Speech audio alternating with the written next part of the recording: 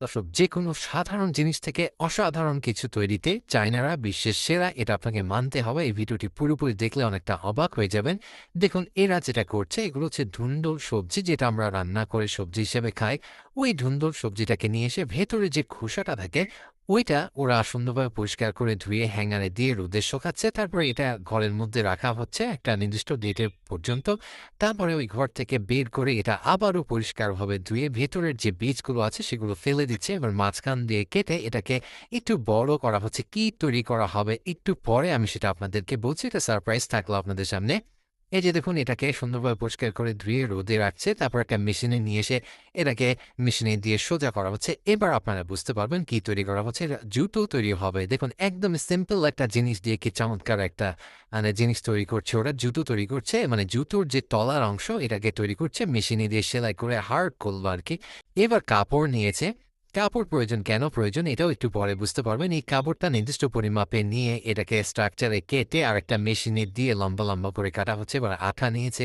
এই আঠাটা ওই যে ধুন্দুল সবজির যে চোচাটা ছিল ওইটার সঙ্গে লাগিয়ে চারদিক দিয়ে এটাকে চাপ দিয়ে এই আঠাগুলো সুন্দরভাবে লাগানো হচ্ছে। আঠা লাগানোর পর আবারও এটাকে একটা মেশিনে নিয়ে এসে সুন্দরভাবে চাপ দেওয়া হচ্ছে। এবার জিন্স কাপড় নিয়েছে। কাপড়টা জাস্ট ওই যে তলা বানালো ধুন্দুল সবজির উপর দিয়ে, ওইটার উপর দিয়ে সুন্দরভাবে লাগিয়ে নিচে তলার সাথে আবার রাবারের একটা ফ্রেম লাগিয়েছে। দেখুন কি চমৎকার একটা জুতো তৈরি হলো। ওরা যে শুধুমাত্র ধুন্দুল সবজি দিয়েই তৈরি করে এমনটাও না। এখন দেখতে পাচ্ছেন এটা এক ধরনের ক্যাকটাস গাছ। গাছটার একজ্যাক্টলি নামটা আমার মনে নেই।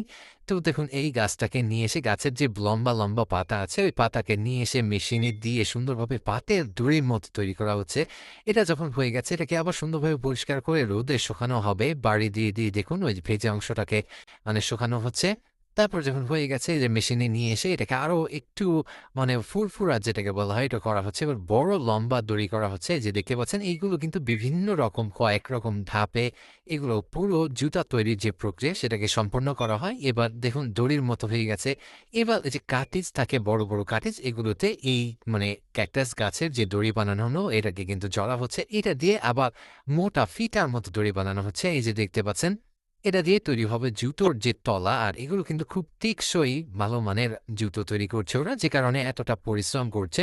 প্লাস্টিক বা অন্যান্য ম্যাটেরিয়ালস দিয়েও কিন্তু তৈরি হয়, বাট ওরা এভাবে তৈরি করে প্রাকৃতিক জিনিস দিয়ে। এটা খুব মজবুত হয়, পরেও খুব আরাম। এই যে দেখতে পাচ্ছেন পুরো প্রক্রিয়াটি কয়েকটি ধাপে হয়। এই যে দেখুন, এটা আবার ওই যে চাপ দিয়ে এটাকে সমান করা হচ্ছে। এবার ফ্রেম দিয়ে জিন্স কাপড় কাটছে। এর আগে যেটা দেখলেন বাকিটুকু ওই একই প্রসেসে হবে। যাই হোক, আমি সবসময় চেষ্টা করি আপনাদের জন্য অদেখা অজানা ভিডিওগুলো উপস্থাপন করতে। এরকম ভিডিও দেখতে ভালো লাগলে আমাদের পেজটি ফলো রাখুন। আজকের ভিডিওটি কেমন লাগলো কমেন্ট করে জানাবেন।